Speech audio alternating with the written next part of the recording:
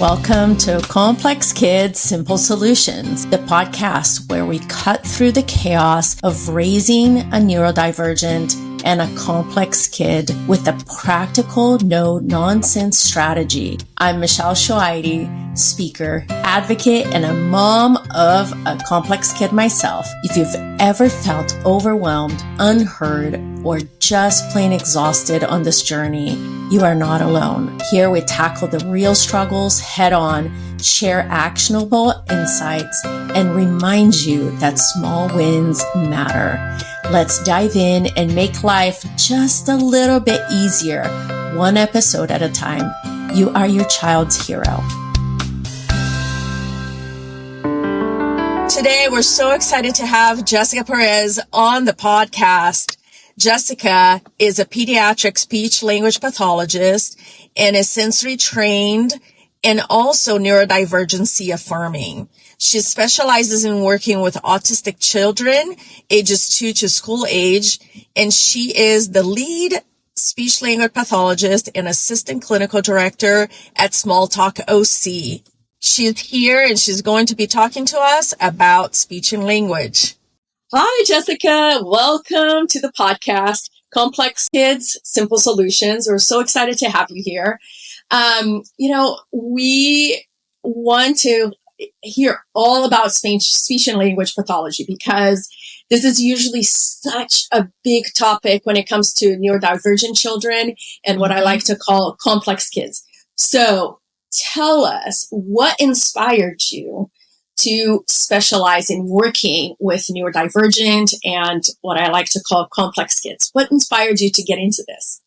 Yeah, so I'm so excited to talk about this. Thank you so much for having me. But basically, my mom was a teacher, so I kind of grew up, in the mindset that I wanted to work with kids, maybe be a teacher, right? But also that wasn't quite exactly what I was looking for. So I actually got to meet and shadow a speech therapist at one of my mom's schools, before I obviously officially got into everything. And I was like, that's perfect. So I kind of just went from there and, fast forward, I'm a first year speech therapist and, you're fresh out of grad school and our field is so big. So, when you graduate and you go to work, there's so many different kids or adults, right, to be working with. There's so many different areas to be working in. There's so many different settings, all that sort of thing. So I started in a private practice setting and in pediatrics. And so I had this kind of large group of very different and unique children that I was working with. And that is basically what started, my then kind of specializing in and my love for working with neurodivergent children and learning as much as I could to support all these unique profiles, of these children.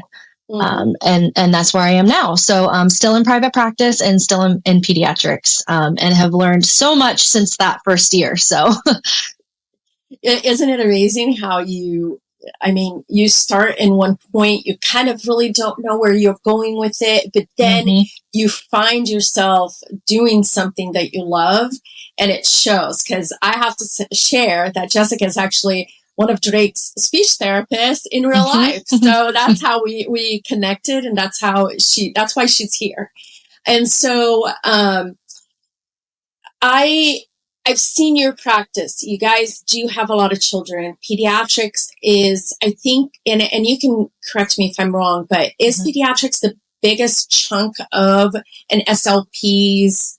I guess let me rephrase that. Are SLPs do they deal mostly with children? I know that they also do adult, mostly post-stroke or those type of things, right? But when you go into speech therapy, do you go into it for pediatrics or not really? Both. So, again, my whole career and experience has been with children. But there is definitely a need also for, the adult population. But also, I think what sometimes we don't think about is our neurodivergent children get older and, then they're adults, right? Or they're 18 or they're 20. So, that need for, and that, support, maybe from a speech therapist doesn't go away too. So, I work in pediatrics, but also, some of our, more teenage, like older kids. And then they're young adults too. So, it kind of depends the population, I guess. But if we're speaking, I think more directly towards like our neurodivergent population and more complex individuals, the need and the support starts in that pediatric time, and then carries on too. So, and I work strictly with pediatrics, but there are also so many amazing speech therapists that work with our neurodivergent adults as well. Mm-hmm. And, I never thought of it that way.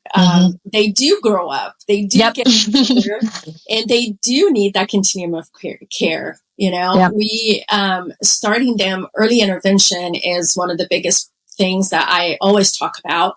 And I tell the parents in every single podcast that we have, early intervention, that's what needs to happen. But it also, you have to carry them through life. And, Drake is going to be 11 and he's soon going to be a teenager. So he's not one of those little children that are coming into your office either. Right, right. Yeah. Okay. So I think one of the hardest things that I went through as a mom was finding a good provider out there. And what should parents look for when looking for a speech therapist for their children? Coming from your side of things, because you've seen other speech therapists, other kids who are coming into you from speech therapists that they have left or whatever. So what should parents look for? Yeah. So I think this is also something I've learned as I've grown as a professional. It's just like a relationship, right? You want to be a good match. You want to have similar values and foundations and philosophies. So really, and again, we're speaking specifically on neurodivergent and complex kids. You really, as a parent, want to seek out a therapist that really, really, truly has the same values and philosophies that you do for your own child. And they are out there. And I'll bring up the term, a newer, I think, kind of buzzword term too has been neurodiversity-affirming like practices or approaches. But really, truly, that's what's most important. So, as a parent, you want to really seek out a therapist that is truly using and,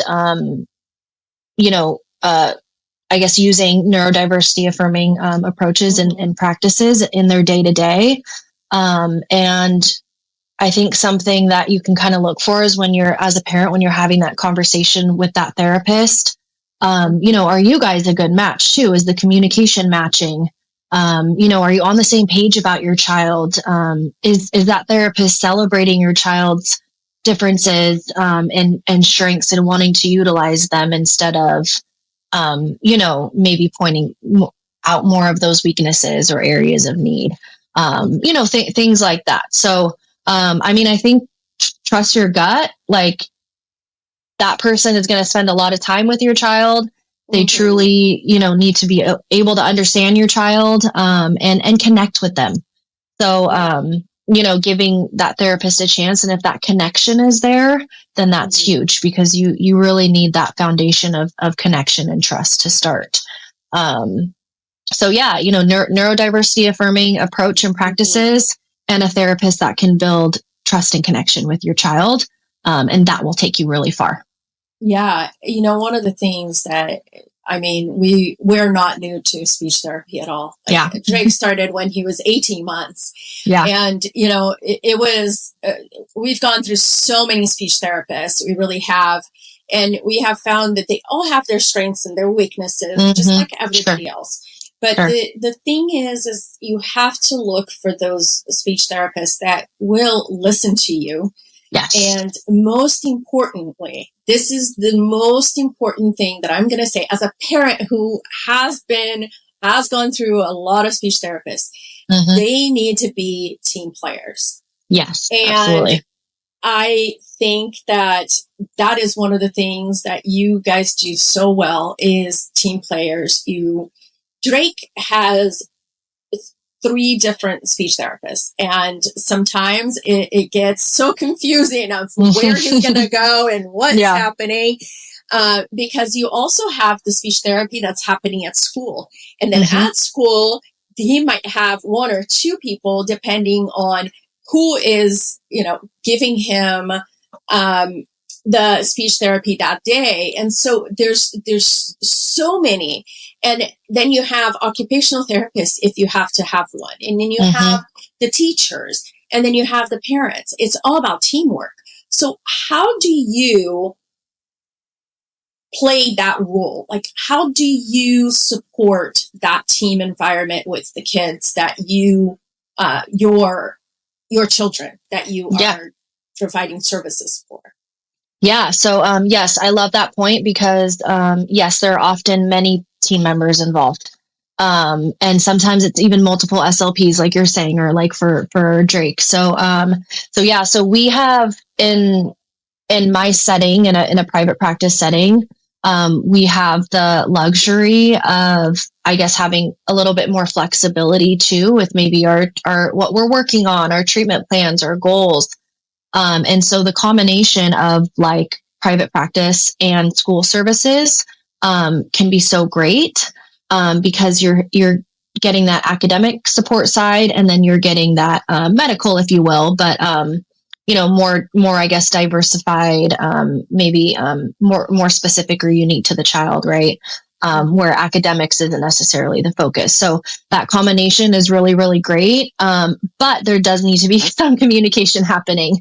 So I am a huge supporter of, really having a relationship with that child's school provider, especially, so that whatever they can't, or maybe don't have the time or don't get to spend enough time on, right, supporting a certain need or something in this academic and school environment, how can I support that now here?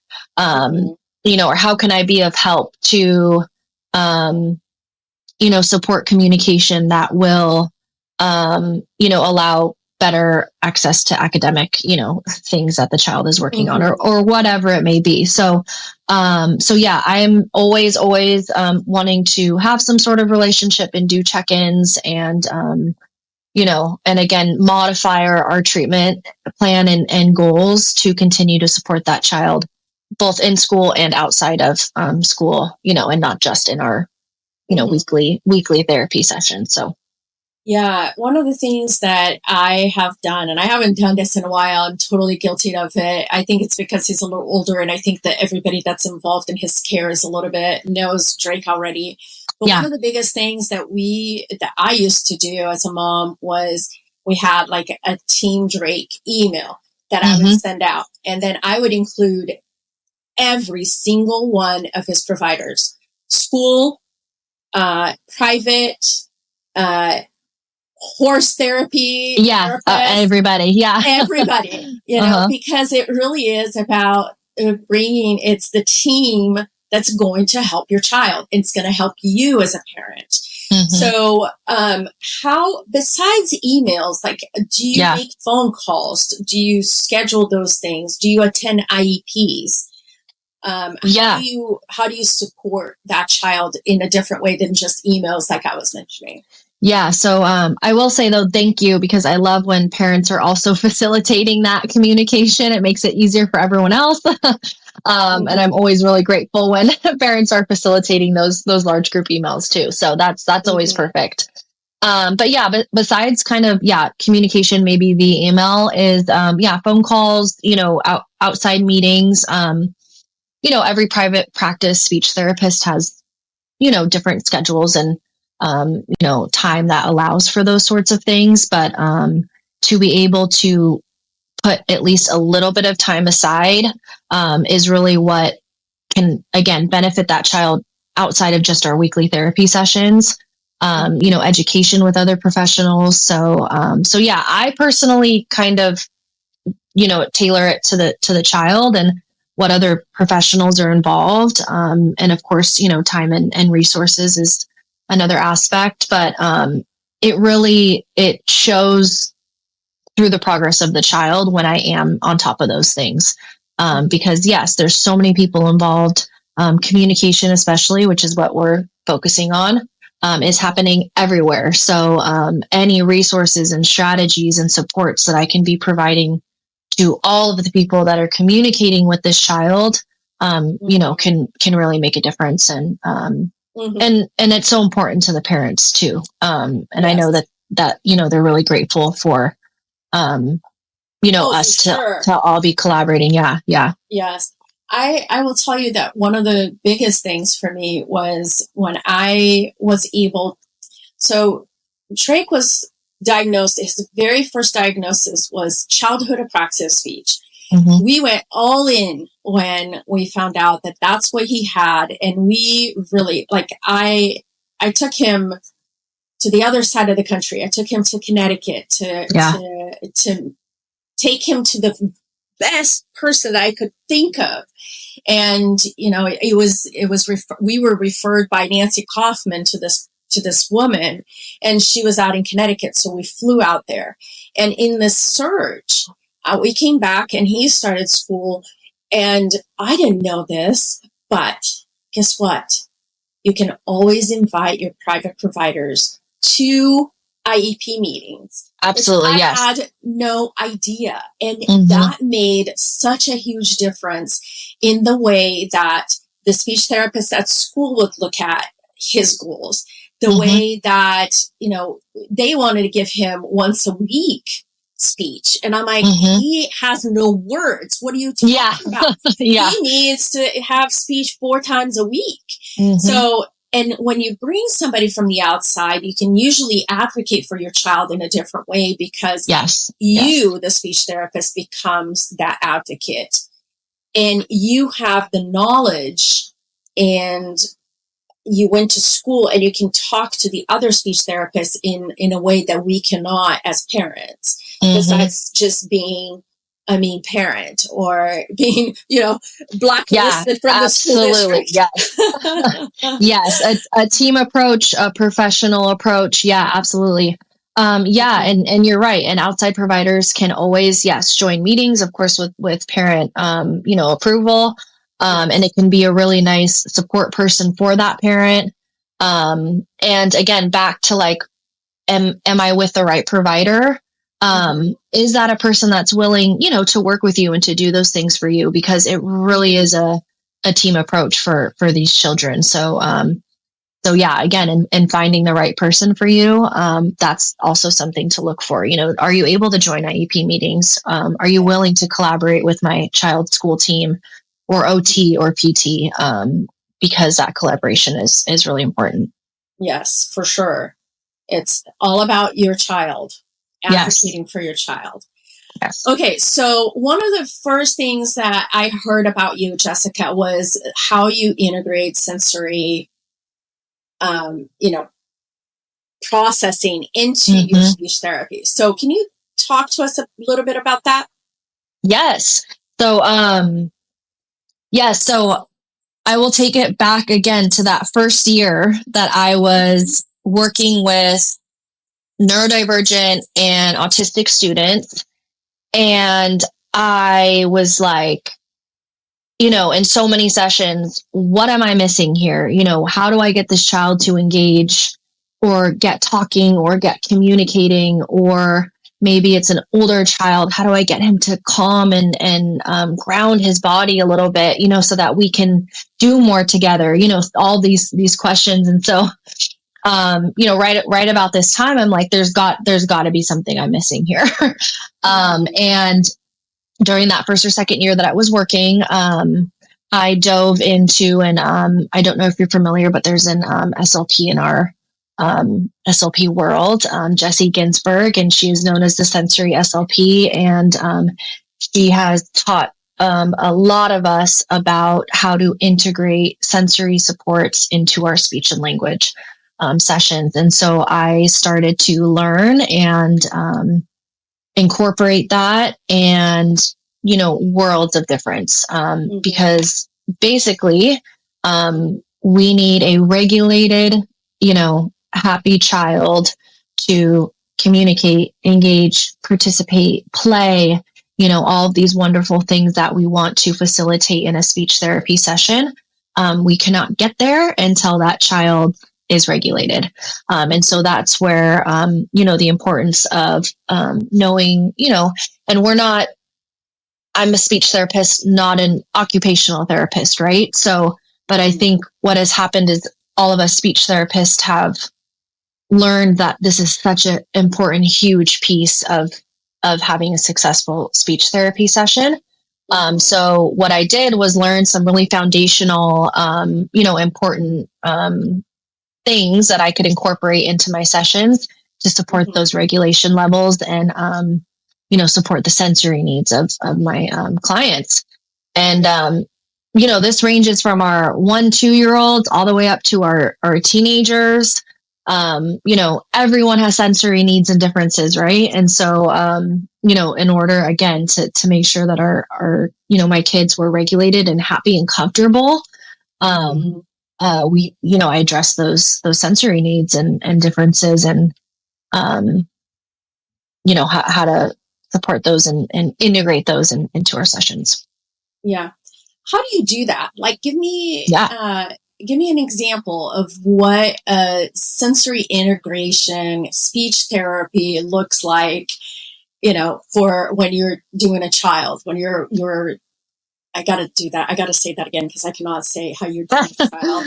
Yeah. Go ahead. How are you, what does that look like when you have a child that has those needs? What does your therapy session looks like? Yeah. So, I am in a setting or a clinic that, we have like a swing, I have some crash pads, other kind of, sensory, I guess, activities and resources. So, a session for me might look like utilizing, sitting and swinging while we are doing a puzzle and a song together, or, sensory bins, using, our bean bin and allowing that child to, get in there and get some, tactile input or, whatever it is while we play with an item. So I'm talking, younger kids typically, but, so really just knowing what that child is kind of looking for, needing or seeking, right? And that's a whole kind of another conversation about kind of learning how to do that. But, and then once you know your child's needs, integrating that into a session. So again, through things like movement, people play, sensory, activities and resources. And if you don't have maybe access to that, you don't necessarily need it. You can do things like your reclining chair, maybe you're spinning in the chair, again, while you're singing a song with that child and you're giving them some vestibular input, or, you're, picking them up and putting them down and they're maybe hanging a little bit. Maybe you're doing deep squeezes, or wall push-ups. So lots of things that you don't necessarily need an item or an object, that again, us as speech therapists can learn and really utilize in our sessions. And all of a sudden you have this kid that is so much more comfortable in their body. They're feeling much more regulated. And then in turn, you see that language and communication, come out. So as you're talking, I'm bouncing. I'm going, right over here, right? Like, it's not just the kids. We need it. Like, my leg is nonstop going here. We all need that sensory input somehow. And so, it's not just for the little kids.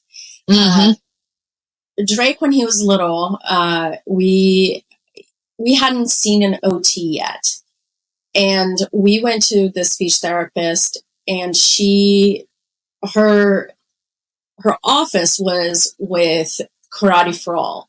So they had this gym that was open, and I am not kidding you. That woman, and this was Drake has had ADHD since he was little, but he couldn't sit down. He could not sit down for more than 2 seconds to pay attention to see what it is that the speech therapist wanted him to repeat. Right. So she took him into the gym, and he had no words. So all she's trying to do is just get output from him. Yes. Yes. And I'm not kidding you. She would get out of that gym sweating. She just had a workout with my child. And it did. She got more done with him than like 2 years of another person doing it, because she got him into a state where he could vocalize. Like when he would jump, he would, and he would, you know what I mean? Just get like, even if it was just the grunting or whatever, but that output would come when he felt like he was in his environment. So I love that example.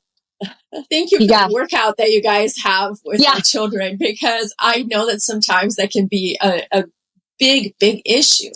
Yeah. And you have to be prepared for that, because not all kids that are coming to you are going to sit down and just do what you're telling them to do. Yes, absolutely. And usually it's because their bodies can't.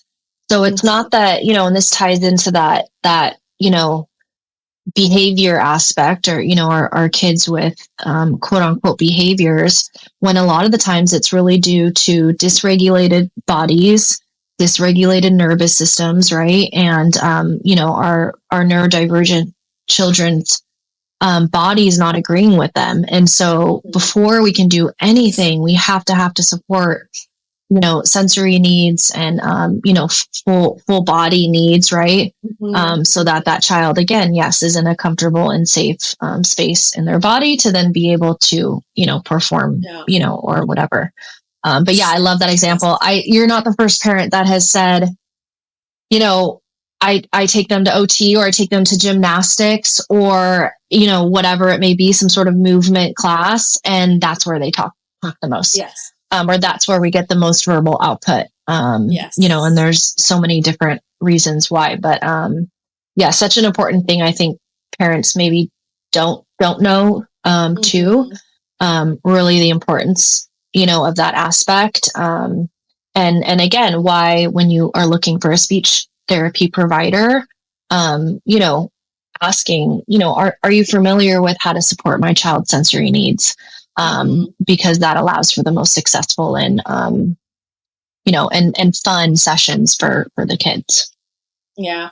I have to say that, when we first started the speech therapy journey, we had a lot of older generation SLPs, and they really did not know. I think that this is kind of a newer thing. Yes. I think that now they're teaching this in school for you guys, because I don't think that this was even something. It was like, you got to get the behavior. It's a behavior problem. It's a behavior problem when it's a sensory problem. And so I don't think that they knew how to do that. And so it took me a lot to beat down into these SLPs that had been there for a long time, to say, I understand, and I know that you're very successful and you've been very successful with children, but listen, this is something that my child needs. Can you provide this? Because if you can't, then I need to go find somebody who can. And that is the role of a parent as an advocate for their child. Yes. So, you're absolutely right. Yeah. Times are changing, and, we're undoing things that we thought were right before, and relearning. And it's coming along. So, I hope that, as a profession, we continue to grow and, do the best by our kids. So. Yes, for sure. Okay, let's do some practical takeaways. So, Okay. can you think of 3 things that parents can start doing today to help them develop speech at home? Sure. So I will start with supporting sensory needs. And as a parent, you might not know exactly maybe what that means or exactly how to implement that. But if you think of it more like supporting my child's body, and whether that's implementing more movement throughout your day, getting outside a little bit more, crashing on the couch 10 times, little things like that. So I guess incorporating movement is going to in turn, support maybe your child's sensory needs or differences, or help support what that child is kind of looking for or seeking. That's always a great start. 2, acknowledging all communication attempts from your child. So I think when we think communication, a lot of parents and professionals are looking for like verbal speech, right? But that's not the only way to communicate. So, kind of shifting that approach to let's support my child's communication, however that may look. So, words, gestures, signs, pictures, anything that can kind of support that child's communication and language, from like a multimodal type, lens. And I think it takes the pressure off a little bit too, from parents, right? Yes. Then focusing on maybe that verbal language or those words, that they're kind of waiting for. And then, gosh, is finding a provider a next step, or kind of more like at home? Just at home. Like, okay. Yeah. For example, like you were talking, the first thing was, finding what they like to do. As a mom, like I remember Drake would grab a car and he would throw it. Yeah. And then he would go, and then he would crawl and he would grab the car and then he would throw it again. Yeah. And it's finding those, like his needs were, I need to throw it. I need to do something. So knowing that. So I think that goes with your first, what you talked about, the sensory part of it. But also, like, I agree, like finding a good provider is important. But I was thinking in terms of, like, I don't know, kind of at home. Yeah. So what they learn or something like that. So So yes, I like your example. Like with Drake, you recognized an area of interest for him too. So parents really utilizing their child's strengths and interests. So if throwing cars across the room is something that my child loves to do, instead of trying to maybe fix that or change that, how can I as a parent join my child, right? And maybe you're putting a pillow up against the wall, and then you're throwing the cars, with your child. So now all of a sudden you're joining in on that play. You're providing some nice language modeling, car, or let's throw it. And, using that small kind of part of, your child's day and an interest of theirs, to be a communication partner. Cause really, I would say a big piece of, what parents, kind of need to be doing at home is being a really good communication partner. So really taking the stress off the child and the demand off the child and really putting it more on yourself. How can I be a better communication partner, to my child? How can I join in my child's play? What can I be saying to support language and communication as opposed to putting it on the child? I love that. You joining their communication, not them joining you in your communication. So I like that a lot. Yeah. Okay. We're getting to the end of this. So I told you I was going to ask you, what are your words of wisdom for the moms and dads who are listening to this, who have these complex kids that, you know, they're neurodivergent. They have complexities in their lives. Mm-hmm. As a speech therapist, what are your words of wisdom for these parents? Yeah. So honestly, to parents, trust your gut and trust yourself, because you know your child best. You are their biggest advocate. And, you know, when parents figure that out, you know, opportunities arise. They feel so much confident in supporting, you know, their child. You know, and again, yes, back to that advocacy piece. I mean, we as professionals are all here to support you. But you are the parent. So, and that's exactly what you're doing and supporting and helping parents do. So I love that, because that's what I think is most important too. And, yeah, you know, trust your gut as a parent, because it's usually right. And that, you know, includes picking the right providers, you know, joining IEP meetings, you know, whatever it is that's you're working on with your child.